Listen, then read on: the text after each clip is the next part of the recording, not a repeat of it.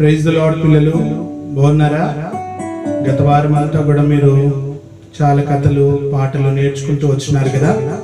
అలాగే ఈ వారం కూడా మరొక పర్యాయం దేవుడు మనకు ఇచ్చిన మంచి తరుణాన్ని బట్టి ప్రభుకు వందనాలు చెల్లిస్తాం. కాబట్టి మీరు కూడా అందరూ కూడా ఈ పరిస్థితుల్లో ఎవరిండ్లలో వాళ్ళు ఉంటూ దేవుని వాక్యాన్ని వినడానికి దేవుడు ఇచ్చిన మంచి సమయాన్ని మీరు కూడా ఉపయోగించుకోవాలి. కథల ద్వారా మీరు నేర్చుకోవలసిన అనేక విషయాలు దేవుడు మీకు ఉంచినాడు. అంతేకాకుండా మీరు నేర్చుకోలేని పాడలేని రాని పాటల్ని కూడా మీరు నేర్చుకోవడానికి దేవుడు ఇచ్చిన మంచి తరుణాన్ని మీరందరూ కూడా వినియోగించుకుంటున్నారని మేము నమ్ముతా ఉన్నాం. కాబట్టి దయచేసి పిల్లలు నేర్చుకోనండి. ఇప్పుడు మనం ప్రారంభించక మునుపు ప్రార్థన చేసుకుంటాం. అందరూ కూడా మోకరించండి, కళ్ళు మూసుకోండి, చేతులు జోడించండి. దేవుని సన్నిధిలో మనము భయభక్తులతో కూర్చోవడము నేర్చుకుందాం. ప్రేమ కలిగిన మా తండ్రి, జీవాధిపతివైన దేవ, మీరు ప్రేమించి మాకు అనుగ్రహించిన మీ శ్రేష్టమైన సమయాన్ని బట్టి వందనాలు. మరొక ఆదివారం దినాన నీ పని సన్నిధిలోనికి దేవా మమ్మల్ని అందరినీ కూడా మీరు సమకూర్చినందుకే వందనాలు. దేవా బిడ్డలు ఎవరైతే దేవా మరి ఈ ఆన్లైన్ ద్వారా చూస్తూ వచ్చినారో ప్రతి ఒక్కరిని మీరు జ్ఞాపకం చేసుకునండి. దేవా ఈ వారం నూతనంగా చూడనంటున్న వారు చూస్తున్న వారిని అందరినీ కూడా దేవా పాటల ద్వారా అయితేనేమి, వాక్యం ద్వారా అయితేనేమి, కథ ద్వారా అయితేనేమి వారు మీ నామమును తెలుసుకోవడానికి, మీ గురించి దేవా గొప్ప సంగతులు వారు కూడా ధ్యానం చేయడానికి వారిని కూడా మీరు సిద్ధపరచవలసిందిగా కోరుతూ దేవా పాటల సమయము దేవా మరి లెసన్ సమయము ముగింపు వరకు దేవా ఎంతో ఆశీర్వాదకరంగా నేర్చుకునే విషయాలు అనేకాలు వారు గ్రహించడానికి మీరే సిద్ధపరచవలసిందిగా కోరుతూ యేసు ప్రభువు నామములో అడిగి వేడుకుంటున్నాం మా తండ్రి, ఆమేన్. ఈ సమయంలో మనము పాటలు పాడుకుంటాము. దయచేసి పాటల సమయాన్ని మీరందరూ కూడా వినవలసిందిగా మనవి చేస్తూ ఉంటున్నాం. పాట సంఖ్య 333, 333. యేసయ్య రాజ్యం స్వర్గీయ రాజ్యం.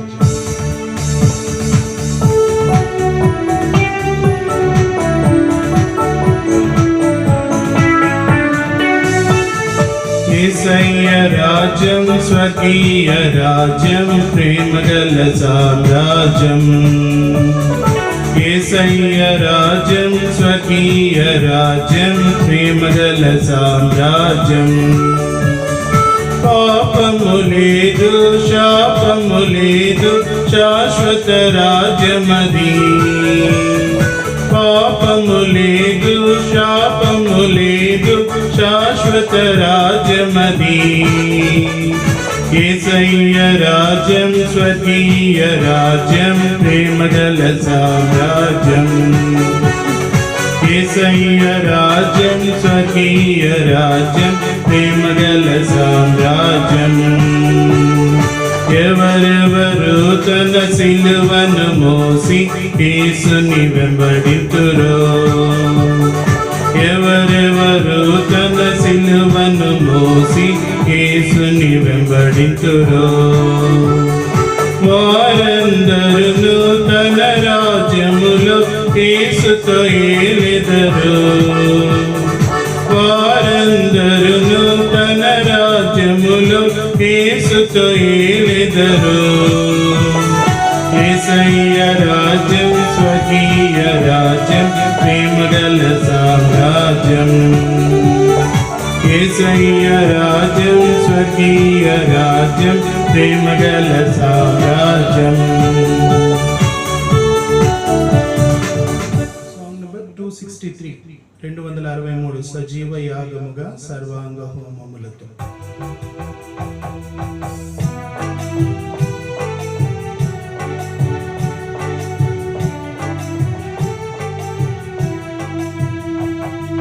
సజీవ యాగముగా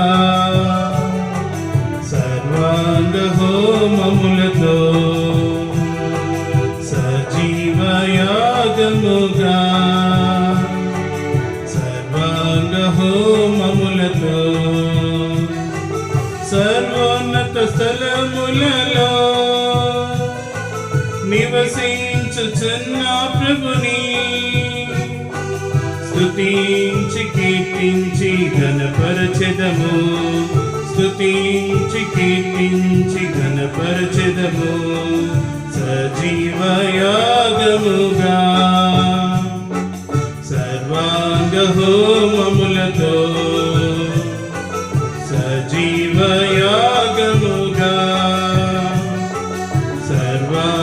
హోమములతో యూదా గోత్రపు సింహమా యుగ యుగములు జీవించుచున్న ప్రభువా కీరూపు శిరూపుల మధ్యను సంచరించుచున్న ప్రభుని పరిశుద్ధుడు పరిశుద్ధుడు పరిశుద్ధుడని పరలోక సైన్యము నిన్ను ఆరాధించగా భూమిపై నిన్ను మేము స్తుతించెదము భూమిపై నిన్ను మేము స్తుతించెదము సజీవయాగముగా సర్వాంగ హోమములతో సజీవయాగముగా సర్వాంగ హోమములతో. సాంగ్ నెంబర్ 337 337 హల్లెలూయా స్తుతి గానముతో.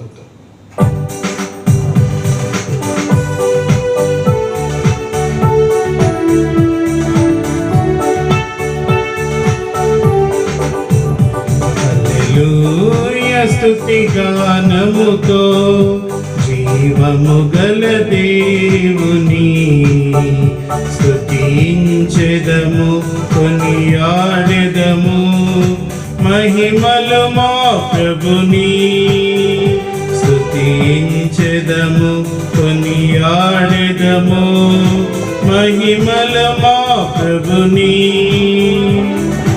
ఘనత ప్రభావము నీకే బల సౌందర్యము నీకే ఘనత ప్రభావము నీకే బల సౌందర్యము నీకే రక్షణానందము నీవే రక్షణానందము నీవే హల్లెలూయా స్తుతి గానముతో జీవము గల దేవుని స్తుతించెదము కొనియాడెదము మహిమలు మా ప్రభుని స్తుతించెదము కొనియాడెదము మహిమలు మా ప్రభుని పాప విమోచకుడా పరిశుద్ధులలో శ్రేష్ఠుడా పాప విమోచకుడా పరిశుద్ధులలో శ్రేష్ఠుడా నీకే స్తుతి ఘన మహిమా నీకే స్తుతి ఘన మహిమా హల్లెలూయా స్తుతి గానముతో జీవము గల దేవుని స్తుతించెదము కొనియాడెదము మహిమలు మా ప్రభుని స్తుతించెదము కొనియాడెదము మహిమలు మా ప్రభుని. ప్రైజ్ ది లార్డ్ పిల్లలు, మీరు సండే స్కూల్లో గత వారాల్లో కూడా చూస్తూ వచ్చినారు. ఈ వారం కూడా దేవుడు మనకిచ్చిన మహాకృప కనికరాన్ని బట్టి ప్రభువుకు మనం ఎంతగానో స్తుతి చెల్లించవలసిన వారముగా ఉంటున్నాం. నాకు తెలిసి మీరందరూ కూడా చాలా జాగ్రత్తగా మీ ఇండ్లల్లో మీ ఇంటి దగ్గర పరిసరాల్లో మీరు జాగ్రత్తగా ఉంటున్నారని మేము నమ్ముతూ ఉంటున్నాం. ఎందుకంటే ఈ దినాల్లో ఉంటున్న పరిస్థితులు బట్టి మీరు ఎక్కడ కూడా తిరగరు, ఎక్కడ కూడా వెళ్ళకుండా జాగ్రత్తగా ఉండే బిడ్డలుగా దేవునికి ఇష్టమైన లోబడిన బిడ్డలుగా ఉంటారని నమ్ముతూ ఉంటున్నాం. మనం ఈ దినాన సండే స్కూల్ దేవుని యొక్క మాటలు కథ రూపకంగా మనము విననంటా ఉన్నాం. కాబట్టి పిల్లలందరూ కూడా మీరు దయచేసి దేవుని యొక్క సన్నిధిలో, మనం మందిరంలో లేకపోయినప్పటికీ మనము దేవుని యొక్క సన్నిధిలో ఉన్నట్లే మన ఇండ్లల్లో ఈ వీడియోను చూస్తున్నప్పుడు మీరు జాగ్రత్తగా మీ యొక్క కూర్చునే స్థలము, మీరు కూర్చునే విధానము, తర్వాత మీరు ప్రార్థించే సమయము అన్నీ కూడా ప్రభు చూస్తూ ఉంటున్నాడు. మేము చూడట్లేదు, మేము కరెక్ట్ చేయట్లేదు, కానీ ప్రభు మిమ్మల్ని చూస్తున్నాడు కనుక ప్రభువుకు భయభక్తులు కలిగిన బిడ్డలుగా మీరు ఉండాలని మనవి చేస్తూ ఉంటున్నాం. కాబట్టి మనం లెసన్ స్టార్ట్ చేయకముందు ప్రార్థన చేసుకుంటాం. ప్రేమ కలిగిన మా తండ్రి, జీవాధిపతివైన దేవ, మీరు ప్రేమించి మాకు అనుగ్రహించిన మరొక ఆదివారపు సండే స్కూల్ సమయాన్ని బట్టి వందనాలు దేవా. మా బిడ్డల్ని కూడా మీరు సమకూర్చినందుకే వందనాలు నాయన. దేవా, బిడ్డలు వింటుండగా దేవా మీ సన్నిధిని దయచేయండి దేవా. ఎక్కడ కూడా దేవా శత్రువు దేవా మరి వారి యొక్క గమనాన్ని దొంగిలించకుండా దేవా మరి లెసన్స్ ద్వారా దేవా ఈ వాక్యాల ద్వారా దేవా మరి బిడ్డలకి ఏం నేర్పించాలని మీరు కోరుతూ ఉంటున్నారో వారు గ్రహించడానికి వారి హృదయాల్ని మీరు సిద్ధపరచండి దేవా. మేము వారి సన్నిధిలో లేము, అయినప్పటికీ మీరు వారి మధ్యలో ఉన్నారు కనుక తండ్రి, బిడ్డలు కూడా భయభక్తులతో తండ్రి దేవా మరి కూర్చొని విని దేవా క్రమంగా తండ్రి వాక్యాన్ని చదువుతున్నప్పుడు వారు కూడా బైబిల్ తెరిచి దేవాని వాక్యాన్ని ధ్యానించడానికి సహాయం చేయమని మీ కృపా సాన్నిధ్యం కిందికి అప్పగించుకుంటూ ఈ దినం పరిచర్య అంతటిని కూడా మీ సహాయం కోరుతూ ఆ నన్ను కూడా మీ సులువు చాటున మరుగుపరచమని యేసు ప్రభువారి నామములో అడిగి వేడుకుంటున్నాం మా తండ్రి, ఆమేన్. పిల్లలు, ఈరోజు మనం ఒక స్టోరీ వింటాము. ఆ స్టోరీ పేరు లిటిల్ బోట్ ట్వైస్ ఓన్డ్. అంటే అర్థం ఏంటి అంటే, ఆ చిన్న ఓడ అది 2 సార్లు యజమానుని సొంతమైందంట. అంటే యజమాని ద్వారా అది తయారు చేయబడి కొనబడింది. ఎలాగూ ఆ యజమానుని చేతిలో కొనబడిందో ఈరోజు మనము, లేకపోతే ఆ యజమానుని చేతిలో ఎలాగూ అది సొంతమైందో ఇది నాన్న ఈ కథ ద్వారా మనము చూస్తాం. పిల్లలు, మీ అందరికి కూడా నీళ్ళంటే చాలా ఇష్టం కదా. అయితే ఈ స్టోరీలో ఉంటున్న ఒక అబ్బాయి పేరు బ్రూస్. ఆ అబ్బాయికి కూడా నీళ్ళంటే, సముద్రం అంటే, తర్వాత ఓడలు పడవలు అంటే తనకి చాలా చాలా ఇష్టం అన్నమాట. అందుకని ఈ అబ్బాయి పేరు బ్రూస్. తను ఏం చేసేవాడు అంటే, తను రోజంతా కూడా వాళ్ళ ఊర్లో ఎక్కడైతే వాళ్ళు ఉంటున్న ఉందో ఆ ఊరు ఆనుకొని ఒక పెద్ద లేక్ ఉండిందంట, పెద్ద చెరువు ఉండిందంట. ఆ చెరువు దగ్గర తను కూర్చొని చూస్తూ ఉండేవాడంట ఒడ్డు మీద. ఆ ఒడ్డు మీద ఎట్లా చూస్తూ ఉండేవాడంటే, ఏ రకమైన బోట్ వస్తుంది, ఏ రకమైన షిప్ వస్తూ ఉంది, ఏ రకమైన చిన్న ఓడ ఫిషర్ మ్యాన్స్ తీసుకొని వస్తున్నారు, ఇవన్నీ కూడా తను చూస్తూ ఉండేవాడంట. అట్లా చూస్తూ చూస్తూ తను కూడా ఒకరోజు అనుకుంటా వచ్చినాడంట. ఏమని అంటే, నేను కూడా ఒక దినాన్న నా సొంత ఓడని నేను తయారు చేసుకొని నేను కూడా ఈ బ్లూ వాటర్లో, ఆ వాటర్ అంతా కూడా బ్లూగా చాలా బాగా నీట్గా కనిపిస్తూ ఉందంట. అయితే ఆ నీటిలో నేను కూడా తయారు చేసుకోవాలి అని చెప్పేసి నేను కూడా నా ఓడను ఈ నీళ్ళల్లో నడపాలి అని చెప్పి అనుకుంటూ వచ్చేవాడంట. అయితే ఒకరోజు వాళ్ళ నాన్నగారు బ్రూస్ తను ఆశ కలిగిన ఆ మనసును చూసి ఏమంటా వచ్చినాడంటే, బ్రూస్, ఎందుకు నువ్వే నీ సొంత పడవను తయారు చేసుకోకూడదు?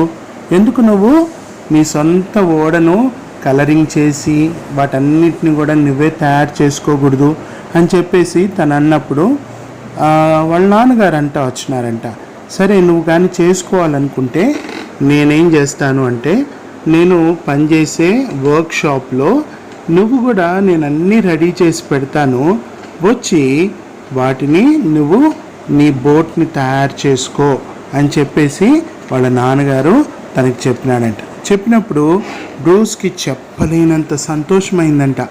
అందుకని ఏం చేసినాడంటే, వాళ్ళ నాన్నగారితో కలిసి వెళ్ళి తను కూడా తన ఓడను తయారు చేస్తూ వచ్చినాడంట. ఎంత సంతోషం అయిపోయింది అంటే, తను దాన్ని మంచిగా కలరింగ్ వేసినాడు. ఆ కలరింగ్లో రెడ్ కలర్, బ్లూ కలర్, తర్వాత వైట్ కలర్స్ వేసి ఒక ఫ్లాగ్ను కూడా పెట్టి తను ఎంతో జాగ్రత్తగా తన సొంత ఓడను ఎంతో ఇష్టంగా తయారు చేసుకుంటా వచ్చినాడంట. ఇష్టంగా తయారు చేసుకొని ఎంతో సంతోషపడతా ఉన్నాడో చూడండి. ఆ ఫోటోలో మనం చూస్తే దానికి ఎంత సంతోషంతో దాన్ని తయారు చేసుకుంటా వచ్చినాడు. అంటే బ్రూస్ తను తయారు చేసుకున్న ఓడ మనుషులు కూర్చోగలిగేంత పెద్ద ఓడ కాదు, కానీ తను ఆడుకోగలిగినంత చిన్న ఓడ. అయితే ఆ ఓడకి తను ఏం చేసినాడు అంటే మంచిగా ఒక చిన్న తాడు కట్టినాడు. ఆ తాడు కట్టి ఆ తాడును పట్టుకొని ఆడుకోవడానికి తను ఎంతగానో ఇష్టంతో తయారు చేసుకున్న ఆ ఓడను నీళ్ళల్లో ఆ తాడు పెట్టి ఆడుకోవడానికి తను ఇష్టపడుతూ వచ్చినాడు. ఆ ఓడను తయారు చేసుకున్న తర్వాత తను దాన్ని సంతోషంగా బ్రూస్ తను ఇష్టముగా ఎప్పుడూ రోజు కూర్చుని ఆ లేక్ దగ్గరికి వెళ్ళి తను కూడా ఏం చేస్తూ వచ్చినాడంటే ఆ ఓడను తాడు పట్టుకొని ఆ నీళ్ళల్లో దించి తను కూడా నీళ్ళల్లో స్విమ్ చేస్తూ వచ్చినాడు, ఈత కొడుతూ ఆ చేతికి ఏదైతే తాడు తను ఆ ఓడ కట్టినాడో దానిని పట్టుకొని వదలకుండా ఆ నీళ్ళల్లో ఆడుతూ వచ్చినాడు. అట్లా చాలాసేపు ఆ నీళ్ళల్లో తను ఆడుకుంటూ వస్తూ వచ్చినాడంట. ఆడుకుంటూ చాలా సంతోషంగా గడుపుతూ ఉన్నాడు. తను తయారు చేసుకున్న సొంత ఓడ ఎంత బాగుంది, ఎంతగా నేను దాంతో నేను ఉండొచ్చు అని చెప్పేసి తను ఆ సంతోషంలో నీళ్ళల్లో ఈత కొడుతూ ఆడుతూ వచ్చినాడు. తను అట్లా ఆడుకుంటూ ఉన్న సమయంలో ఉన్న పాటన ఒక శబ్దము వినిపిస్తూ వచ్చిందంట. ఏంటది అంటే క్లింగ్ క్లింగ్ క్లింగ్ అని చెప్పేసి శబ్దము, సైరన్ వస్తూ వచ్చిందంట.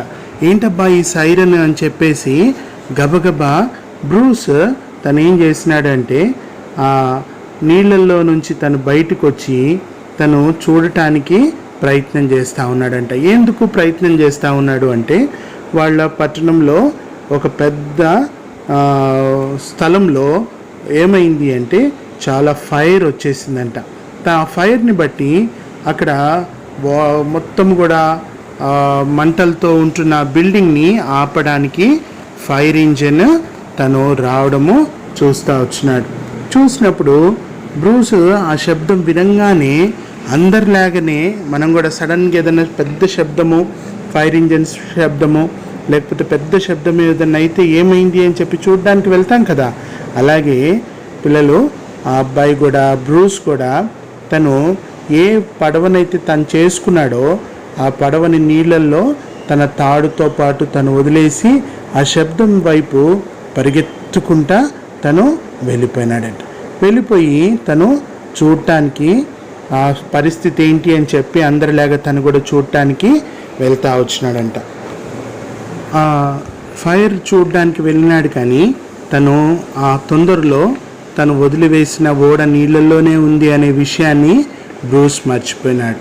కొద్ది సమయానికి అక్కడికి వెళ్ళి చూసి వచ్చేసిన తర్వాత తను మళ్ళీ తిరిగి పరిగెత్తుకుంటా తనకు గుర్తొచ్చిన ఆ ఓడను, అరే నేను తయారు చేసుకున్న నా చిన్న ఓడ అది నీళ్ళల్లోనే ఉంది కదా అని చెప్పి చూడటానికి పరిగెత్తుకుంటూ వచ్చినాడంట నీళ్ళ దగ్గరికి. వచ్చేటప్పటికి అప్పటికే ఆ నీళ్ళల్లో ఉంటున్న చిన్న ఓడ ఏమైపోయింది, అసలు కనిపించకుండా పోయింది. అప్పుడు బ్రూస్కి చాలా బాధ వేసింది. మొత్తం తను ఆ చెరువు ఒడ్డంతా కూడా తిరుగుతూ వచ్చినాడు కానీ ఎక్కడ కూడా తనకి ఆ చిన్న ఓడ తను తయారు చేసుకున్నది కనిపించకపోయేసరికి చాలా బాధపడ్డాడు. అయితే వాళ్ళ నాన్నతో చెప్తా వచ్చినాడు, నాన్న నేను తయారు చేసుకున్న రెడ్ వైట్ బ్లూ బోట్ కనిపించుకున్న నీళ్ళల్లో కొట్టుకొని వెళ్ళిపోయింది అని అంటే వాళ్ళ డాడీ అన్నారు, పర్వాలేదులే నేను నీకు ఇంకోటి కొత్తది కొనిస్తాను అని చెప్పన్నప్పుడు బ్రూస్ ఒక మాట అంటా వచ్చినాడు. ఏమని అంటే నేను దానిని కొనుక్కోగలుగుతాను కానీ అది నా సొంతగా తయారు చేసుకున్న ఓడ కాదు కదా అని అంటా వచ్చినాడు. అయితే చాలా వారాలు గడిచిపోయింది. బ్రూస్ తను ఒక దినాన్న వాళ్ళ ఊర్లో తను వాళ్ళ నాన్నతో పాటు తను వీధెంబట వెళ్తూ వచ్చినాడు. ఆ వీధిలో వెళ్తూ ఉంటే తను రోడ్డు పక్కన నడుచుకుంటూ వెళ్తూ ఉంటే తను అటు ఇటు చూస్తూ వచ్చినప్పుడు ఒక షాప్లో ఒక షో కేసులో ఆ బోట్, ఆ లిటిల్ బోట్ పెట్టబడింది. ఆ పెట్టబడినప్పుడు వెంటనే బ్రూస్ ఏం చేస్తూ వచ్చినాడంటే, డాడీ చూడు, అదిగో నేను తయారు చేసుకున్న ఆ బోట్ ఎక్కడుంది, అదిగో ఆ షాప్లో ఉంది చూడు, అది red and white and blue కలర్లో ఉన్న బోట్ అని అంటే వాళ్ళ డాడీ అంటా వచ్చినాడు. నువ్వు నిజంగానే అంటున్నావా? Are you sure? నిజంగానే నువ్వు అది నీ బోటేనా అని అన్నప్పుడు వెంటనే బ్రూస్ అంటా వచ్చినాడు. అవును చూడు డాడీ, ఎక్కడ నేను ఒక దగ్గర గుర్తు పెట్టుకున్నాను ముందు. ఆ గుర్తు నాకు చాలా బాగా గుర్తు. ఎందుకనంటే నేను తయారు చేసిన 3 కలర్స్లో నాకేముంది, ఆ గుర్తు ద్వారా నేను నా బోట్ని నేను గుర్తుపట్టగలుగుతాను అని అన్నప్పుడు వాళ్ళ నాన్నగారు అంటా వచ్చినారు ఏమని అంటే, బ్రూస్ బాగానే ఉంది కానీ అది నీ బోటే అని నేను నమ్ముతాను, కానీ ఇప్పుడు ఆ బోట్ ఏం చేయబడింది, అది అమ్మకానికి పెట్టబడింది అని చెప్పేసి వాళ్ళ నాన్న అంటా వచ్చినారు. అన్నప్పుడు బ్రూస్ తను దగ్గరికి వెళ్ళి ఆ బోట్ని చూస్తూ ఉన్నాడు. అట్లా అద్దం ముందు చూస్తూ ఉన్న బ్రూస్ వాళ్ళ నాన్నగారితో పాటు ఆ స్టోర్కి, ఆ షాప్కి వెళ్ళినాడు. వెళ్ళిన తర్వాత అక్కడ ఆ స్టోర్ కీపర్ని చూసి, ఇది మీ బోట్ కాదు, this is not your boat అని చెప్పేసి అంటా వచ్చినాడు. అంటా వచ్చినప్పుడు అక్కడ చాలా పజిల్డ్ ఫేస్ పెట్టి ఏంటి అర్థం కానట్లు పెట్టిన మొహంతో ఆ స్టోర్ కీపర్ చూస్తూ వచ్చినాడంట. చూసినప్పుడు బ్రూస్ వాళ్ళ నాన్న ఎక్స్ప్లెయిన్ చేస్తూ వచ్చినాడు, ఈ బోట్ మా అబ్బాయిదండి, ఆ అబ్బాయి తన సొంత చేతులతో తను తయారు చేసుకున్నాడు. అయితే అది నీళ్ళలో తప్పిపోయింది, అది కొట్టుకొని వెళ్ళిపోయింది. అందుకనే ఆ అబ్బాయి అది చూసి గుర్తుపట్టి తను అడుగుతూ ఉన్నాడు, ఇది నా బోట్ అని చెప్పేసి అంటా ఉన్నాడు అని చెప్పన్నప్పుడు ఆ స్టోర్ కీపర్ చెప్తా వచ్చినాడంట, ఈ బోట్ నాకు పలాని రోజున చాలా బిగ్ ఫైర్ యాక్సిడెంట్ ఆ బిల్డింగ్లలో జరిగింది కదా, ఆ దినాన్న నాకు ఒక ఫిషర్మ్యాన్ చేపల జాలరీ ఒక ఆయన నాకు తీసుకొని వచ్చి ఇచ్చినాడు అని చెప్పేసి చెప్తా వచ్చినాడంట. చెప్పినప్పుడు వెంటనే ఆ వ్యక్తి, ఆ షాప్ కీపర్ ఏం చేస్తూ వచ్చినాడంటే, బ్రూస్ సైడ్ చూసి, బిడ్డ నువ్వు అడుగుతా ఉన్నావు బాగానే ఉంది, కానీ నేను పెట్టిన ఈ ప్రైస్ కాకుండా నేను ఫిషర్మ్యాన్ దగ్గర, జాలర్ దగ్గర నేను ఎంత డబ్బు అయితే ఇచ్చి కొన్నానో అంతే డబ్బు నేను ఇచ్చి నీకు అమ్ముతాను, నువ్వు కొనుక్కుంటావా అని అడిగినాడంట. అడిగినప్పుడు వెంటనే బ్రూస్ ఏం చేస్తూ వచ్చినాడు అంటే, నేను కొనుక్కుంటాను అని చెప్పేసి వెంటనే తన దగ్గరున్న డబ్బులు తను జమ చేసుకున్నాడు. పిల్లలు మీరు కూడా ఏం చేయాలో తెలుసా, దేవుడు మనకి మంచి తల్లిదండ్రులను ఇచ్చినాడు. మనం కావాలన్నప్పుడు ఆయా సమయాల్లో మనకి కొద్దిగా డబ్బులు ఇస్తారు. డబ్బులు ఇచ్చినప్పుడు దాన్ని ఏం చేయాలా, అనవసరమైన వాటికి మనము ఖర్చు పెట్టుకోకూడదు. మనం ఏం చేయాలా, ఆ డబ్బుని కొద్దిగా మనం కొనుక్కోవాలనుకున్నవి కొనుక్కోవాలి, కొన్ని దాచుకోవాలి కూడా. అలాగే బ్రూస్ కూడా వాళ్ళ నాన్నగారు ఇచ్చిన డబ్బులంతా ఖర్చు పెట్టుకోలేదు. తను ఏం చేసినాడు అంటే ఆ డబ్బులన్నిటిని కూడా దాచిపెట్టుకొని ఇప్పుడు తను ఏం చేస్తూ వచ్చినాడంటే, ఆ షాప్ కీపర్ దగ్గర ఉంటున్న తన ఓన్ బోట్ని తను దాచుకున్న పాకెట్ మనీ తోటి తను తిరిగి కొనుక్కుంటూ వచ్చినాడు. పిల్లలు మనం కూడా అలవాటు చేసుకోవాలి చిన్నగా ఉన్నప్పటి నుంచే. మన తల్లిదండ్రులు మనకి ఇస్తున్న ఏ వస్తువు అయినా కానీ మనం ఏం చేయాలా, చాలా జాగ్రత్తగా కాపాడుకోవాలా. అంతేకాకుండా వాళ్ళు ఇస్తున్న డబ్బును అనవసరంగా దుబారా ఖర్చు పెట్టకూడదు, దాచుకోవాలా. దాచుకున్న డబ్బుని మనం ఏం చేయాలా, దేవుని మందిరంలో కొన్నిసార్లు మనము ఆయా గిఫ్ట్స్ లాగా దేవుని మందిరంలో వేయటానికి ఉపయోగించుకోవాలా. అంతేకాకుండా ఇతరులకు ఏమన్నా సహాయం చేయగలుగుతామేమో అని చెప్పేసి వాటికి ఉపయోగించాలా. అంతేకాకుండా ఎవరికన్నా మనం సహాయము చేసేటట్లు మనము వాటిని మన సొంత అక్కర కొరకు కూడా కొన్నిసార్లు ఆ డబ్బు ఉపయోగపడేదిగా ఉంటుంది. కాబట్టి మనం ఏం చేయాలా, డబ్బును మనము ఎక్కువ ఖర్చు పెట్టడం అలవాటు చేసుకోకూడదు. మనము డబ్బుని జాగ్రత్తగా కాపాడుకోవాలి. తర్వాత మనము మన తల్లిదండ్రులు మందిరంలో వేయమని కానుకలు ఇచ్చిన డబ్బు ఉంటుంది కదా, ఆ డబ్బుల్ని మనము కానుకకే వేయాలి.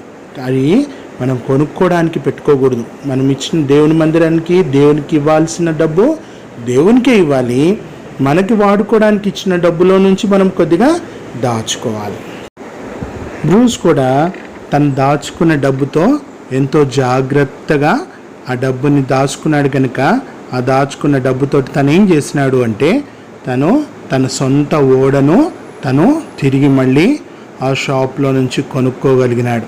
కొనుక్కున్న తర్వాత అతను ఏం చేయబడింది ఆ ఓడ 2 సార్లు కొనబడింది. ఒకసారేమో అది ఆకారం లేకుండా ఉంటూ వచ్చిన ఒక పరికరములుగా వచ్చినాయి, చెక్క ముక్కలుగా ఉంటూ వచ్చినాయి కదా.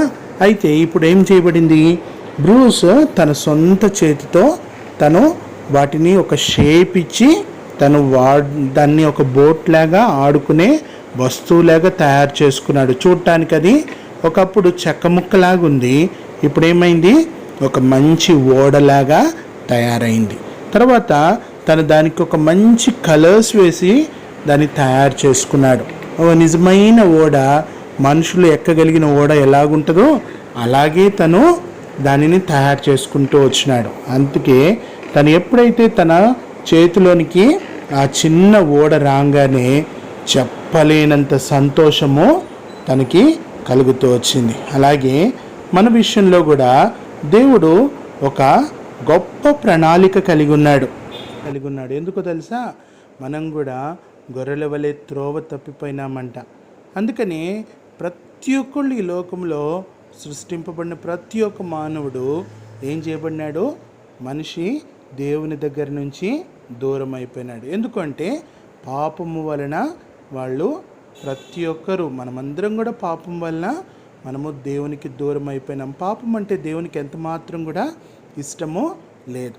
అందుకని ఆ పాపంలో నుండి మనల్ని విడిపించడానికి యేసుక్రీస్తు ప్రభువారిని ఈ లోకానికి మన కొరకు ఆయన పంపించినాడు.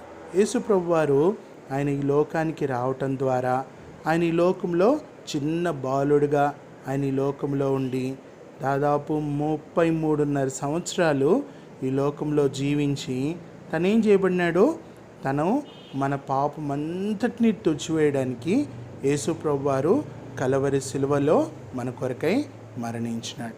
మరణించిన కారణాన్ని బట్టి మనం తిరిగి ఆయన యొక్క బిడ్డలుగా చేయబడటానికి ఒక గొప్ప ఛాన్స్ దేవుడు ఆ కలవరి సిలువ ద్వారా, ఆయన కార్చిన రక్తం ద్వారా మనకు దేవుడు తప్పిపోయిన మనల్ని ఆయన సన్నిధిలోనికి ఆయన బిడ్డలుగా చేసుకోవడానికి దేవుడు మనకిచ్చిన మంచి తరుణం అది. దేవుడు మనల్ని ఎలాగ చేసుకున్నాడంట, దేవుని యొక్క వాక్యంలో కానీ మనం చదివితే ఆదికాండము 1వ అధ్యాయం 26వ వచనంలో దేవుడు మన స్వరూపమందు మన పోలిక చొప్పున నరులను చేయుదము, వారు సముద్రపు చేపలను, ఆకాశ పక్షులను, పశువులను, సమస్త భూమి మీద ప్రాకు ప్రతి జీవును ఏలుదురుగాక అని పలికిన దేవుడు తన స్వరూపమందు నరుని సృజించెను, దేవుని స్వరూపమందు వాని సృజించెను, స్త్రీనిగాను పురుషునిగాను వాని సృజించెను. దేవుడు మనల్ని ఏం చేసినాడంట, ఆయన తన సొంత బిడ్డలుగా ఉండటానికి మనల్ని బాయ్స్గా గర్ల్స్గా దేవుడు మనల్ని తయారు చేసినాడు. తయారు చేసిన మనల్ని ఎట్లా తయారు చేసినాడంట, మనకి ఏం లేదు, మనము షేప్లెస్గా ఉంటూ వచ్చినాం. అందుకని దేవుడు ఏం చేసినాడంటే ఆనాడు ఆది మానవుడైన ఆదామును తను నేల మట్టిలో నుంచి తీసినాడంట. అందుకనే ఆదికాండము 2వ అధ్యాయం 7వ వచనంలో మనం చదివితే అక్కడ ఏమని రాయబడింది, దేవుడైన యెహోవా నేల మట్టితో నరుని నిర్మించి వాని నాసికారంధ్రములలో జీవవాయువును ఊదగా నరుడు జీవాత్మాయను. కాబట్టి దేవుడు ఏం చేసినాడంట, మనకి ఊపిరి లేను, మనం ఇన్హేల్ ఎగ్జేల్, మనము ఊపిరి పీల్చుకోలేని స్థితిలో ఉంటున్న మనలను ఆయన ఏం చేసినాడంట, ఆయన ఊపిరి తన స్వరూపమందు తయారు చేసి మనకంటూ ఒక ఊపిరి పీల్చుకునే బిడ్డలుగా మనల్ని ఈ లోకంలో దేవుడు సృష్టించినాడు. అందుని బట్టి మనం ఏం చేయాలా, దేవుణ్ణి మనము ఘనపరచవలసిన వారంగా ఉంటున్నాం. కాబట్టి మనము దేవునికి ఇవ్వవలసిన ఫస్ట్ ప్రయారిటీ మనం ఇవ్వాలి. అందుకని దేవుడు ఏం చేసినాడంటే మనము ఆయన బిడ్డలుగా ఉండుట కొరకై, మనము ఆయనని ఎరుగుట కొరకై ఈ లోకంలో మనల్ని ఆయన సృష్టించాడు. ఆదికాండము 3వ అధ్యాయంలో మనం చూస్తే ఆదామవ్వలు వారు పాపం చేసి దేవుని సన్నిధిలో నుంచి వారు దూరం అయిపోయినారు. ఎందుకు బట్టి దూరం అయిపోయినారు? వారు చూచిన పండును ఆశించిన కారణాన్ని బట్టి. కాబట్టి ఆశించిన కారణాన్ని బట్టి దేవుని యొద్ద నుంచి వారు దూరం అయిపోవలసి వచ్చింది. దేవుడు వారిని ఏదైనా తోటలో నుంచి వారిని పంపించేయవలసి వచ్చింది. ఎందుకు అంటే దేవునికి అవిధేయతన్నా, దేవునికి ఇష్టం లేని కార్యాలు చేస్తే దేవుడు ఎంత మాత్రం కూడా క్షమించే దేవుడు కాదు. ఆయన రోషము కలిగిన దేవుడు. అందుకనే బైబిల్లో యెషయా గ్రంథము 53వ అధ్యాయం 6వ వచనంలో ఏమని రాయబడతా ఉంది? మనమందరము గొర్రెల వలె త్రోవ తప్పిపోతుమి, మనలో ప్రతివాడును తనకిష్టమైన త్రోవను తొలిగెను, యెహోవా మన అందరి దోషమును అతని మీద మోపెను. కాబట్టి యేసు ప్రభువారు మన దోషమంతటిని కూడా, మనం తప్పిపోయిన పరిస్థితులంతటిని కూడా ఆయన ఏం చేసినాడో ఆయన మీద మోపుకున్నవాడుగా ఉంటూ వచ్చినాడు. కాబట్టి మనము కూడా ఆయన తప్పులు, ఆయన మన తప్పునంతటిని కూడా క్షమించడానికి ఆయన సిద్ధంగా ఉన్న దేవుడుగా ఉన్నాడని చెప్పి మనము గుర్తించవలసిన వారముగా ఉంటాం. రెండవదిగా, తప్పిపోయిన మనల్ని ఆయన ఏం చేసినాడంట? ఆయన మనల్ని తిరిగి ఆయన రక్షించినాడు. ఎలాగ రక్షించినాడు? ఒకవేళ కానీ మనము ఆయన యొక్క రక్షణని కానీ మనం చూస్తే, ఆయన ఎంతగా మనల్ని ఆయన సొంత కుమారుడైన యేసుక్రీస్తు ప్రభు వారిని ఎక్కడికి పంపించినాడంట? ఈ లోకానికి ఆ కలువరి శ్రమలు, కలువరి బాధ అంతటిని కూడా ఆయన భరించడానికి ఈ లోకంలోనికి ఆయన మనల్ని పంపించినాడు. అందుకనే 1 పేతురు పత్రిక 1వ అధ్యాయము 18వ వచనం ప్రకారంగా చూస్తే, పితృపారంపర్యమైన మీ వ్యర్థ ప్రవర్తనను విడిచిపెట్టినట్లుగా వెండి బంగారం వంటి క్షయ వస్తువుల చేత మీరు విమోచింపబడలేదు గాని అమూల్యమైన రక్తము చేత, అనగా నిర్దోషమును నిష్కలంకములకు గొర్రెపిల్ల వంటి క్రీస్తు రక్తము చేత విమోచింపబడితిరని మీరెరుగుదురు కదా అని రాస్తా ఉన్నాడు. కాబట్టి మనము ఎలాగ విమోచించబడినామంట?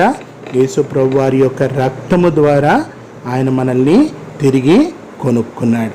ఎవరైతే ఆయన యందు విశ్వాసం ఉంచుతారో వారిని మాత్రమే ఆయన క్షమించే దేవుడు. విశ్వాసం ఉంచిన వారికి క్షమాపణ లేదు. ఎందుకు? విశ్వాసము ఉంచలేదు గనక వారికి క్షమాపణ దొరకదు. అందుకనే దేవుడు ఆయన క్షమించటానికి సిద్ధ మనసు కలిగిన దేవుడుగా ఉంటా వచ్చినాడు. అందుకని ఆయన ఏం చేసినాడు? ఆయన మన హృదయ ద్వారమునొద్ద నిల్చొని తడతా ఉన్నాడంట. ఎవరైనాను నా స్వరం విని తలుపు తీస్తే నేను వారితో కూడా సహవాసము చేస్తాను. కాబట్టి ఆయన ఎంత ఇష్టపడుతూ ఉంటున్నాడంటే మనం ఆయనతో సహవాసము చేయాలని ఆయన ఇష్టపడతా ఉన్నాడు. కాబట్టి ఆయన చిన్న బిడ్డల్ని నా యొద్దకి రానీయుడి అని అన్నాడు. ఇలాంటి వారిదే పరలోక రాజ్యం అన్నాడు. కాబట్టి మనము ఆయన రాజ్యంలో చేరే బెస్ట్ ఆపర్చునిటీ దేవుడు మనకి ఇచ్చినాడు. మన పాపములన్నిటిని కూడా మనం ఏం చేయాలంట? ఒప్పుకోవాలి. ఒప్పుకుంటేనే ఆయన మనల్ని క్షమించే దేవుడుగా ఉంటా ఉన్నాడు. అరే నేనేం తప్పు చేశాను, నేనేం పాపం చేశాను అని అనుకుంటా ఉండొచ్చేమో. కానీ అబద్ధం ఆడడము, దొంగతనం చేయడము, చెడ్డ మాటలు పలకడము, తల్లిదండ్రులకి విధేయత చూపించకపోవడము, చదువుకోకపోవడము, సరిగ్గా దేవుని యొక్క మాటలు వింటూ వచ్చినప్పుడు వాక్యం ద్వారా, కథరూపకంగా, పాటల ద్వారా వినకుండా నిర్లక్ష్యంగా ఉండటము, ఇవన్నీ కూడా దేవునికి ఎంత మాత్రం కూడా ఇష్టం లేని కార్యాలు. మన తల్లిదండ్రులు చెప్పిన మాటలు వినకపోవడం, ఇటువంటివి కూడా ఎంతగా దేవునికి ఇష్టము గాయం చేస్తుందంటే, దేవుడు అయ్యో నేను ఎందుకు ఈ బిడ్డ విషయంలో ఇంతగా నేను ప్రేమిస్తే ఈ బిడ్డ ఏంటి ఎంత తప్పులు చేస్తూ ఉన్నారు అని చెప్పేసి దేవుడు బాధపడేవాడిగా ఉంటాడు. కాబట్టి మనము తప్పు చేయకుండా, ఇష్టం లేని ప్రవర్తన కలిగిన వారముగా మనం ఉండకుండా మనము జాగ్రత్త పడాలి. కాబట్టి దేవుడు ఏమంటా ఉన్నాడు? మనము ఆయన దగ్గరికి వస్తే, ఆయన యందు విశ్వాసం ఉంచితే మన పాపమునంతటిని కూడా ఆయన యొక్క రక్తం ద్వారా మనల్ని కడిగేస్తాడు. అంతేకాకుండా ఆయన యందు విశ్వాసం ఉంచిన వారికి దేవుడు ఏం చేస్తాడంట? యోహాను 1:12 ప్రకారము, తన్ను ఎందరు అంగీకరించిరో వారందరికీ, అనగా తన నామమందు విశ్వాసం ఉంచిన వారికి దేవుని పిల్లలగుటకు ఆయన అధికారము అనుగ్రహించెను. దేవుడు మనకు అధికారం ఇచ్చినాడంట. ఎందుకు? ఆయన యందు విశ్వాసం ఉంచినాము గనుక, ఆయన యందు నమ్మకం ఉంచినాము గనుక, ఆయన మన పాపములన్నింటినీ క్షమించినాడు గనుక, ఆయన మనల్ని ఏం చేసినాడంట? దేవుని బిడ్డలుగా చేసినాడు. ఒకవేళ కానీ మీరు ఇంకా యేసు ప్రభుని, యేసయ్యా నా హృదయంలోనికి రా, నా దగ్గరున్న చెడ్డ పనులు, చెడ్డ అలవాట్లు, చెడ్డ మాటలు, నీకు ఇష్టం లేని కార్యాలు ఏవైతే ఉన్నాయో వాటన్నిటినీ నా దగ్గర నుంచి తీసేసేయా, నీ రక్తము కడగటానికి సిద్ధంగా ఉందని నమ్ముతున్నాను యేసయ్యా అని ఎవరైతే నమ్మి ప్రార్థన చేస్తారో అటువంటి బిడ్డల హృదయంలోనికి యేసయ్య వస్తాడు. ఆ హృదయంలో ఏం చేస్తాడు అంటే మళ్ళీ ఎన్నడూ కూడా తప్పు చేయకుండా ఆయన పరిశుద్ధాత్మ ద్వారా మనకి సహాయము చేస్తాడు. కాబట్టి మనం ఏం చేయాలా? ఆయన యందు మనము నమ్మకము ఉంచాలి, ఆయన యందు విశ్వాసము ఉంచాలి. ఆయన విశ్వాసం ఉంచితే ఆయన మనల్ని తప్పు చేయకుండా మనల్ని కాపాడుతాడు, భద్రపరుస్తాడు, మనల్ని తోడుగా ఉండి నడిపిస్తాడు. కాబట్టి మనము అటువంటి విశ్వాసంలోనికి మనం కూడా రావాలని ప్రభు యొక్క ఆశ. పిల్లలు, ఇప్పటి వరకు మీరు the little boat twice owned అంటే 2 సార్లు అది యజమానుని చేతిలోనికి వచ్చింది. అలాగే దేవుడు కూడా మనల్ని ఆయన యొక్క యజమానుడు, మన యొక్క యజమానుడు ఆయన మనల్ని తయారు చేసినాడు. అంతేకాకుండా ఆయన ఏం చేసినాడు? రెండోసారి మనం ఆయన బిడ్డలుగా ఒప్పుకున్న తర్వాత, మనం ఆయన బిడ్డలమైన తర్వాత ఆయనను రెండోసారి మనకు దేవుడు తండ్రి అయినాడు. కాబట్టి మనము ఆయనకి ఎంతగానో వందనాలు చెల్లించాలి. ఎందుకంటే ఈ దినాల్లో దేవుడు మనల్ని ఎంతగా భద్రపరిచినాడంటే ప్రపంచంలో అందరూ కూడా భయపడుతూ ఉన్నారు, కానీ మనల్ని మాత్రం దేవుడు సురక్షితంగా ఉంచినాడు. దానిని బట్టి ప్రభువుకు ఎంతగానో వందనాలు చెల్లించాలి. కాబట్టి ఎవరైతే బిడ్డలు ఇంకా మీరు యేసు ప్రభువును మీ హృదయంలో చేర్చుకోలేదో యేసు ప్రభు దగ్గర ఒక చిన్న ప్రేయర్ చేయండి. యేసయ్యా, నా దగ్గర ఉంటున్న చిన్న అవిధేయత, నా చిన్న తప్పు దేవా, మరి నువ్వు క్షమించడానికి ఇష్టముగా ఉన్నందుకే వందనాలు. కాబట్టి నన్ను నీ బిడ్డగా చేసుకొని నీకు ఇష్టమైన బిడ్డగా జీవించడానికి నాకు నేర్పించేసయ్యా అని చెప్పి నువ్వు ప్రార్థన చేస్తే యేసయ్య నీ ప్రార్థనని వినటానికి ఇష్టపడతా ఉన్నాడు. ఆయన నీ దగ్గరకు వస్తాడు. అంతేకాకుండా ఆయన ఏం చేస్తాడు? నీలో నివసించి నీవు తప్పు చేయకుండా ఆయన భద్రపరిచే దేవుడుగా నీకుంటాడు. ఆ విధంగా ఎవరైతే ఒప్పుకోవాలని ప్రార్థన చేయాలని కోరుతా ఉన్నారో వాళ్ళందరూ కూడా వెంటనే మోకరించి యేసయ్య దగ్గర చిన్న ప్రార్థన చేయండి. యేసయ్య మీ హృదయంలోనికి వచ్చి ఆయన మీ పాపంనంతటిని కూడా తుడిచివేసి ఆయన బిడ్డగా, ఆయన సొంత కుమారులుగా, కుమార్తెలుగా దేవుడు మిమ్మల్ని తయారు చేస్తాడు. పిల్లలు, ఇంతవరకు మీరు కథ విన్నారు కదా. మనం ఇప్పుడు ప్రార్థన చేసుకుంటాం. ప్రేమ కలిగిన తండ్రి, మీరు ప్రేమించి మాకు అనుగ్రహించిన మంచి శ్రేష్టమైన సమయాన్ని బట్టి వందనాలు. ఏ విధంగా అయితే దేవా మరి బ్రూస్ తన ఓడను దేవా మరి ఆకారం లేనిగా ఉన్న దానిని దేవా మరి ఆకారముగా చేసి దేవా మరి తను పోగొట్టుకున్నప్పటికీ తిరిగి తన సొంత డబ్బుతో ఎలాగైతే సమకూర్చుకుంటూ వచ్చినాడో అలాగే తండ్రి దేవా మరి మేము కూడా ఒకప్పుడు తప్పిపోయిన వారముగా ఉంటుమి. అయితే తండ్రి, మీరు ప్రేమించినందుకే వందనాలు దేవా. ఈ కథ ద్వారా మా బిడ్డలకి మీరు నేర్పించవలసిన పాఠాన్ని దయతో మీరు దేవా బిడ్డలకి అర్థం చేసి వారు కూడా తండ్రి తప్పిపోయిన పరిస్థితుల్లో ఉంటుండగా దేవా వారిని మీరు ప్రేమిస్తున్న దేవుడువని, క్షమించే దేవుడువని దేవా మరి మీరు వారిని బిడ్డలుగా చేసుకోవడానికి ఇష్టపడుతున్న తండ్రివిగా ఉన్నందుకై దేవా వందనాలు చెల్లిస్తూ ఆ విధంగా వారు కూడా ఎరగటానికి మిమ్మల్ని దయతో మీరు ఈ కథని ఒక ఉదాహరణగా వారి జీవితంలో దేవా, ఒక పాఠముగా వారి జీవితంలో దేవా వారు మనసును పెట్టుకొని నేర్చుకోవడానికి సహాయపడమని ఇచ్చిన తరుణాన్ని బట్టి వందనాలు చెల్లిస్తూ వింటున్న ప్రతి ఒక్క బిడ్డను జ్ఞాపకం చేసుకోనండి. వారి హృదయంలో దేవా ఈ కథ ద్వారా, వాక్యాల ద్వారా, పాటల ద్వారా తండ్రి అనేక విషయాలు నేర్చుకోవడానికి దేవా మరి మీరే తండ్రి వారిని సిద్ధపరచవలసిందిగా మరొకసారి మీ యొక్క దక్షిణాస్తం కిందకి అప్పగించుకుంటూ యేసు ప్రభువారి నామములో అడిగి వేడుకుంటున్నాం మా తండ్రి. ఆమేన్.